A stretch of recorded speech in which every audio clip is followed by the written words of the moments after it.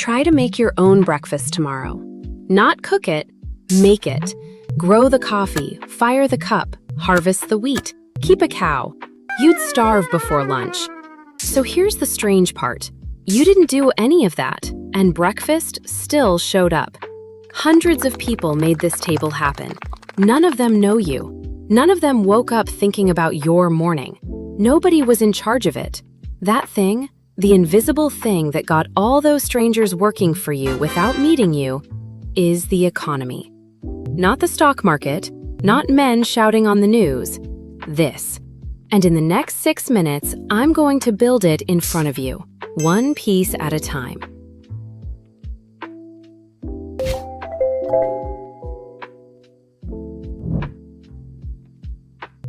Why did it end up like that? Because of something boring that runs your whole life. There isn't enough time. You can be good at one thing, maybe two, not everything. So people did the only thing that works. Each one picked their lane. And look what that does. The baker gets very good at bread, and very fast. And by Tuesday, she has 40 loaves. 40! She cannot eat 40 loaves. Meanwhile, she has no shoes, no milk, no firewood, and no way to get any of it, because all she did all week was bake. Everybody in this village has a mountain of one thing and a long list of everything else. Specializing made us rich and helpless at the same time. So now they have to do something they didn't have to do before. They have to deal with each other. So they trade bread for shoes.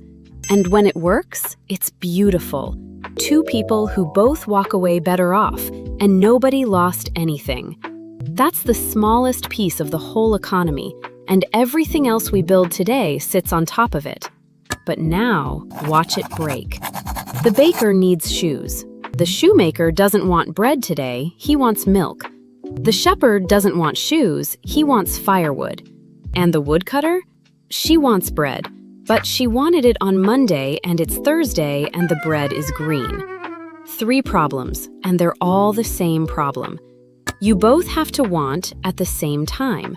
Bread rots while you're looking for someone, and you cannot pay for a cow with half a cow. This village is full of stuff, and everyone is stuck.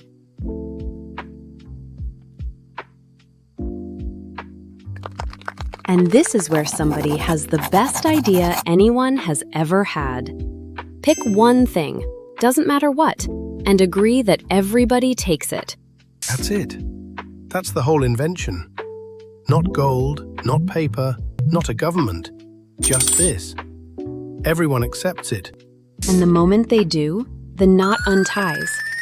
The baker doesn't need the shoemaker to want bread anymore. She sells bread to anyone, takes the thing, and buys shoes with it. She doesn't need her bread to last because the thing lasts. And she can buy half a cow's worth because the thing splits. Look at what it's actually doing. It's a favor you can carry. You did something for someone, and instead of owing you, they hand you a token that says the village owes you. Now you can collect from anyone, for anything, whenever you like. That's money. Not the metal, the agreement. And that's why it has been shells and grain and coins and paper and a number on your phone. It was never about the stuff. It only ever needed one thing, and it still does. Everybody has to accept it. That's why your money is worth something today. Not gold in a vault. Everyone else. Now speed it up. Because here's the thing nobody tells you about money. It doesn't get used up. It moves. When you buy the bread, you don't destroy those coins. They're in the baker's apron now. And tomorrow they're the shoemaker's.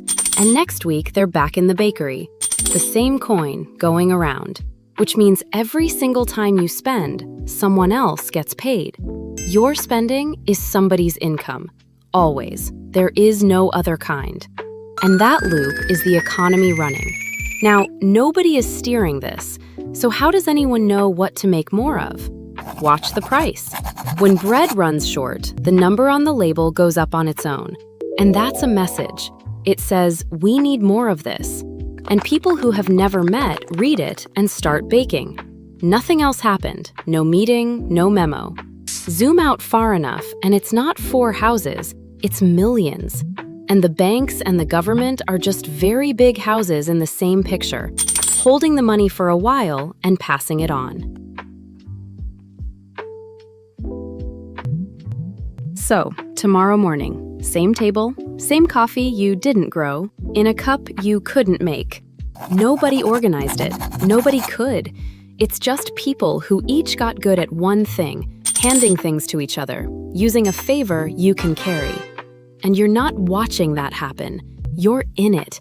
Every time you buy something, you just told a stranger what to make more of, and you paid somebody's rent without knowing their name.